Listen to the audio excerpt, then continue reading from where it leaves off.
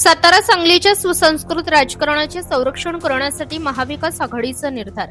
सातारा सांगली स्थानिक स्वराज्य संस्था मतदारसंघातील महाविकास आघाडीचे उमेदवार अभयसिंह जगताप यांनी आज साताऱ्यात आयोजित पत्रकार परिषदेत आपली भूमिका स्पष्ट करताना स्थानिक स्वराज्य संस्थांच्या अधिकारांसाठी ही निवडणूक लढत असल्याचे सांगितले आहे। जगताप म्हणाले की पूर्वी जिल्हा परिषद ही ग्रामीण विकासाची प्रमुख यंत्रणा होती। जिल्हा परिषद सदस्यांना विकास कामांबाबत मोठे अधिकार होते, मात्र सध्या अनेक निर्णय मंत्री किंवा पालकमंत्र्यांच्या पातळीवर घेतले जात असल्याने स्थानिक लोकप्रतिनिधींचे अधिकार कमी झाले आहेत। नगरसेवक आणि इतर निवडून आलेल्या प्रतिनिधींनाही त्यांना त्यांच्या भागाचा विकास करण्यासाठी आवश्यक स्वातंत्र्य आणि अधिकार मिळत नसल्याची खंत त्यांनी व्यक्त केली आहे। लोकप्रतिनिधी मोठ्या मेहनतीने निवडून येतात, त्यांना त्यांच्या मतदारसंघाचा विकास करण्याचा अधिकार आणि सन्मान मिळणे आवश्यक आहे। त्या स्वाभिमानाच्या लढाईसाठी मी निवडणुकीच्या रिंगणात उतरलो आहे, असे जगताप यांनी सांगितले। सातारा आणि सांगली जिल्ह्यांना सुसंस्कृत राजकारणाचा वारसा लाभला असून या परिसरातील राजकीय वातावरण दूषित करण्याचा प्रयत्न करणाऱ्या प्रवृत्तींच्या विरोधात हा लढा असल्याचे त्यांनी नमूद केले आहे।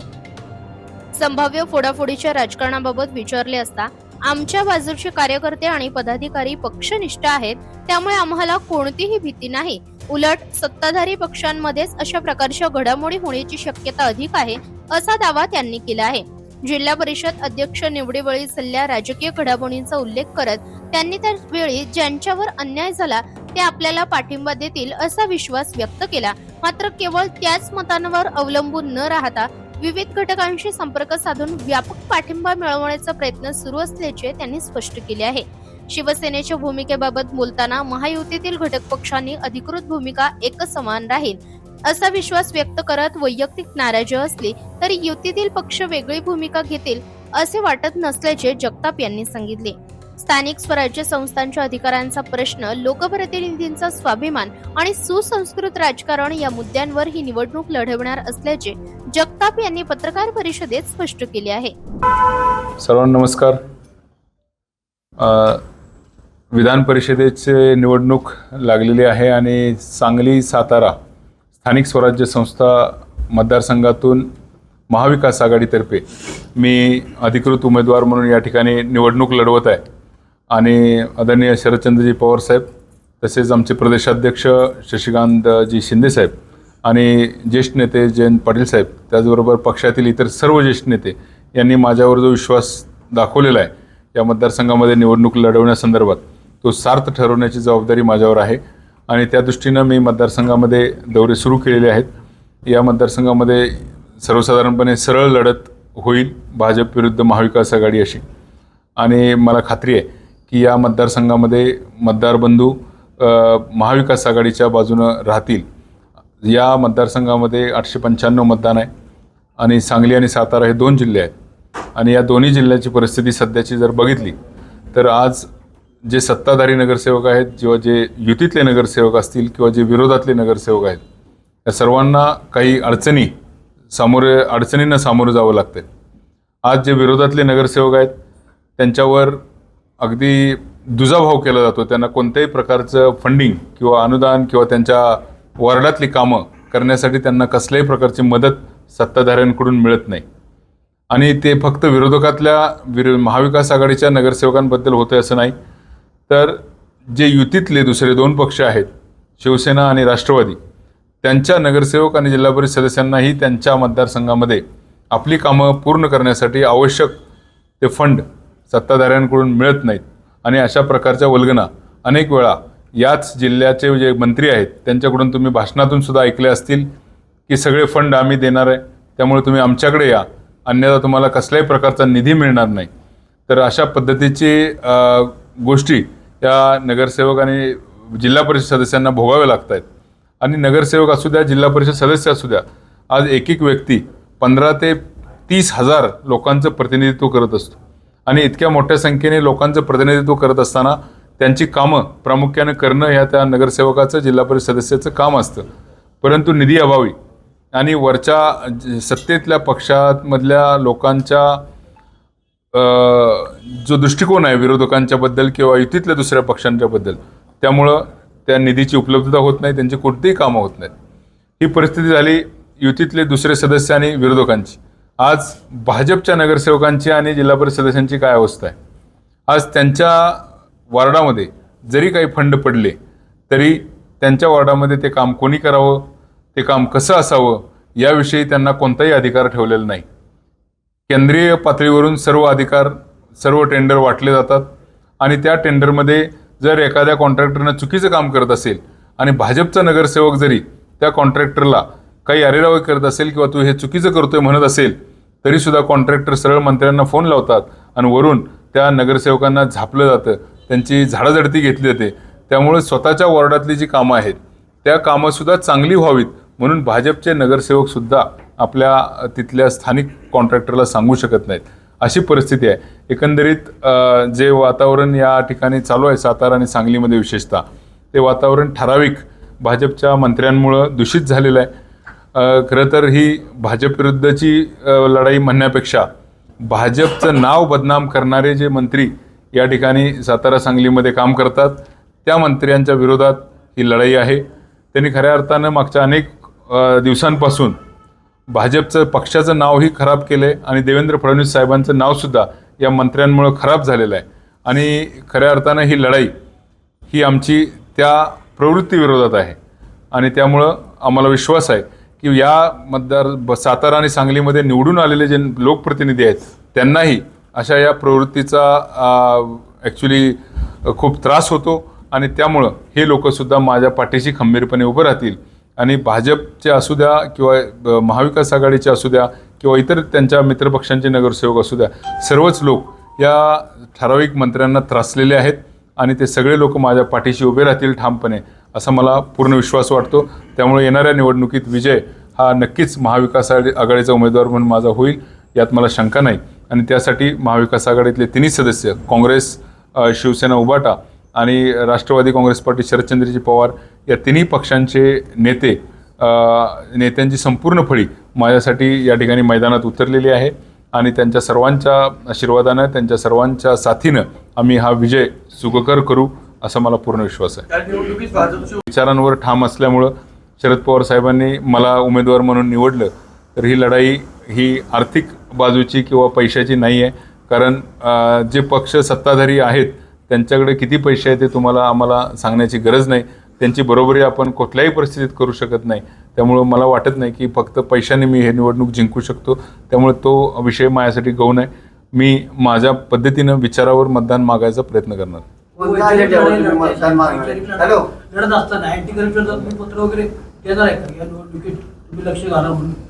आजपर्यंत देशामध्ये एवढ्या निवडणुका झाल्या, तुम्ही पत्रकार बांधवांनी त्या कव्हरही केल्या असतील.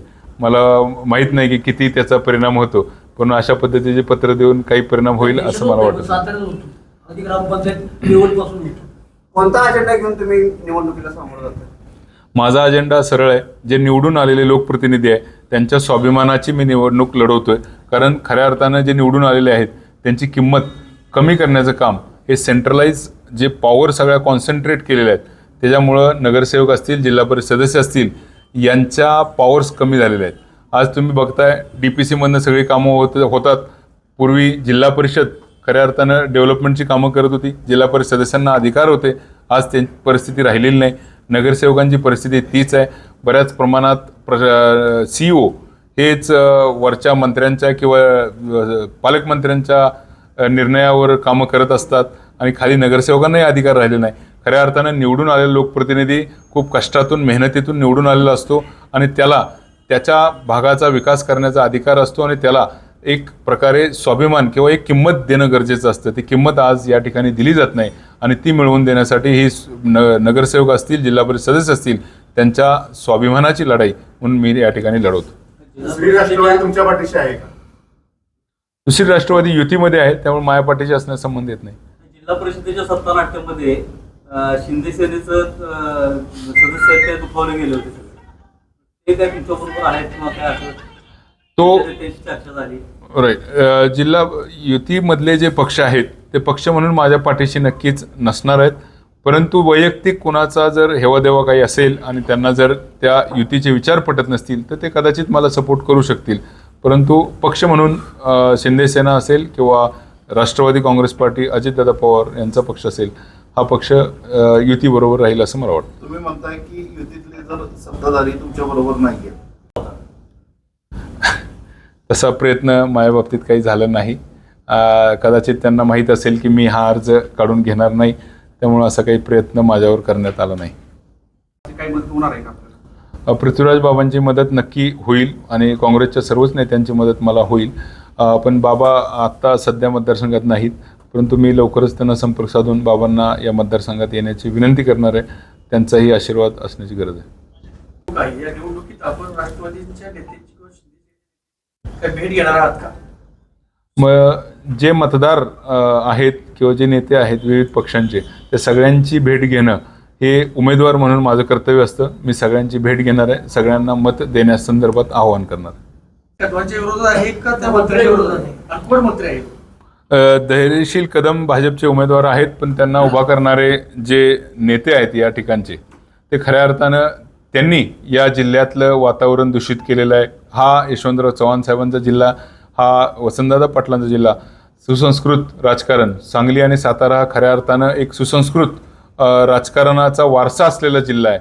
आणि या जिल्ह्यामध्ये राजकीय वातावरण गढूळ आणि दूषित करण्याचं काम ज्या प्रवृत्तींनी केले, त्यांच्या विरोधात हा लढा आहे. धैर्यशील कदम जरी उमेदवार असले तरी त्यांना पाठिंबा देणारे, पाठबळ देणारे ज्या प्रवृत्ती या जिल्ह्यातल्या आहेत, त्यांच्या विरोधातला हा खरा लढा आहे. दादा, तुम्ही शरद पवार साहेबांचं नाव घेतलं, सांगलीमध्ये कमी महायुतीकडे बहुमत असताना आपल्याला हे आव्हान वाटतं का ही निवडणूक? प्रत्येक निवडणूक एक आव्हानच असतं, त्यामुळं कोणतीच निवडणूक मी हलक्यात घेत नाही. ही निवडणूकसुद्धा आव्हानात्मक असली तरी मला खात्री आहे की जी परिस्थिती आज महाराष्ट्रात, देशात चालू आहे, त्या परिस्थितीचा जरा विचार केला तर नक्कीच मला या ठिकाणी एक सक्षम विरोधक जर या परिसरातून एखादा पाहिजे असेल तर लोक माझा विचार करतील आणि मला विधान परिषदेत पाठवतील. निवडणुकीमध्ये मतं जास्त होती तरी सुद्धा शेखर गोरेचा पराभव ज्या प्रवृत्तीने केलेला आहे, त्यामध्ये राष्ट्रवादी आहे आणि भाजप. आता ते काय अर्धे भाजपमध्ये आहे, आज ते काही राष्ट्रवादीत आहेत. तर गद्दारीची तुम्हाला भीती वाटते का? आता त्यावेळचे काही लोक ऑलरेडी आत्ताच्या मेजॉरिटी पक्षामध्ये भाजपमध्ये आहेत, त्यामुळे गद्दारी झाले तर त्यांच्यापासूनच होईल असं मला वाटतं. आपल्याकडून तशी भीती असण्याचं कारण नाही. आपल्याकडे जे लोक आहेत ते कट्टर पक्षाला मानणारे, विचारधारेला मानणारे लोक आहेत. आपल्याकडं त्यावेळी राष्ट्रवादीकडे मेजॉरिटी होती, आज त्यांच्याकडे संख्याबळ थोडं जास्त आहे. त्यामुळं जी भीती असायची ती त्यांना असेल, आम्हाला भीती असण्याचं काही कारण नाही. जिल्हा परिषदेच्या संघर्षामध्ये झालेला जो काय वाद आहे, त्याचा किती फायदा होईल? म्हणजे विरोधातले जे काय माहितीतले घटक आहेत ते तुम्हाला किती मदत करतील, काय वाटतं? जिल्हा परिषदेमध्ये जे काही झालं ते संपूर्ण महाराष्ट्राने पाहिलं आणि कोणालाही ते आवडलं नाही. त्यामुळे जिल्हा परिषदेच्या अध्यक्ष निवडीमध्ये ज्यांच्यावर अन्याय झाला ते नक्कीच माझ्यावर राहतील असं मला वाटतं. परंतु ते युतीतले पक्ष आहेत, ते नक्की काय करणार हे त्यांचे वरिष्ठ, त्यांचे जे कोणी असतील ते ठरवतील. त्यांची पक्षाची भूमिका काय असेल त्याप्रमाणे ते वागतील. परंतु फक्त त्यावरच अवलंबून राहून मला ही निवडणूक लढवता येणार नाही. मला माझ्या पद्धतीनं अनेक अपक्षही आहेत, अनेक लोक आहेत, अनेक वेगवेगळ्या आघाड्यांच्या मार्फत निवडून आलेले लोक आहेत. अशा अनेक लोकांना घेऊन ही मला निवडणूक लढवावी लागणार आहे. पूर्णपणे मी युतीतल्या पक्षांवर अवलंबून नाही. जिल्ह्यातली शिवसेनेची भूमिका स्पष्ट झाली. शिवसेना युतीतला पक्ष असल्यामुळं त्यांची भूमिका जी युतीची असेल तीच असणार आहे, अधिकृत भूमिका. वैयक्तिक कुणाला जर त्रास झाला असेल या भाजपमधल्या ठराविक लोकांचा तर ते त्याविषयी वेगळा निर्णय घेऊ शकतील. परंतु मला वाटत नाही की युतीतल्या कुठल्या पक्षाची वेगळी भूमिका भाजपपेक्षा असेल असं मला तरी वाटत नाही. या निवडणुकीत पाटील आहेत, त्यांचं दोनदा तुम्ही बोलला ते नाव कुठे घेतलं, त्यांच्याबद्दल नाराज आहे? नाही, अजिबात नाही. बाळासाहेब पाटलांनीच खऱ्या अर्थानं माझं नाव सुचवलं होतं. साताराचे जिल्हाध्यक्ष बाळासाहेब पाटील यांचा मला प्रचंड पाठिंबा असतो. त्यांनीच माझं नाव सुचवलं होतं. इनफॅक्ट माझा अर्ज भरण्यासाठी जे नगरसेवकांनी सूचक म्हणून सह्या केल्या त्या सर्व सूचक हे बाळासाहेब पाटील यांनीच दिले होते. त्यामुळं बाळासाहेब पाटलांचा मोठा यामध्ये माझ्या लढाईमध्ये हातभार असणार आहे. माझ्या तिकिटाच्या संदर्भात बोलताना मी त्यांचं नाव घेतलं नाही, पण माझा हा लढा हा बाळासाहेब पाटीलच खऱ्या अर्थानं सातारा जिल्ह्यामध्ये मला मदत मोठ्या प्रमाणात त्यांची होणार आहे. आणि कशा पद्धतीने तुम्ही त्यांच्यापर्यंत पोहोचलात? साधारणपणे 500 मतदान खेचून आणणं इथपर्यंत आमचं टार्गेट आहे आणि मला खात्री आहे की ते साध्य होईल. जयंत पाटील आणि विश्वजित कदम यांच्यावरती तुमची भिस्त आहे. साताऱ्यात अशी कुणावर भिस्त आहे? साताऱ्यामध्ये बाळासाहेब पाटील आणि शशिकांत शिंदेसाहेब हेच प्रमुख मोर्चा सांभाळतील असं आम्हाला वाटतं. त्याचबरोबर उद्धव बाळासाहेब ठाकरे उद्धव सेनेचे जिल्हाध्यक्ष, त्याचबरोबर काँग्रेसचे जिल्हाध्यक्ष आणि संपूर्ण टीम हे लोक या ठिकाणी मोर्चा सांभाळतील. काही पवारसाहेब उतरणार आहेत, सुप्रियाताई येणार आहेत, काही चर्चा झाली आहे? सुप्रियाताई पवारसाहेब आणि रोहितदादा हे नक्कीच या निवडणुकीमध्ये येतील आणि त्यांच्या पद्धतीनं त्यांच्या परीनं जे जे करायचं असेल ते सर्व करतील. जर असं झालं तर प्रचाराचा शुभारंभ झालाय असं म्हटलं तर हरकत नाही.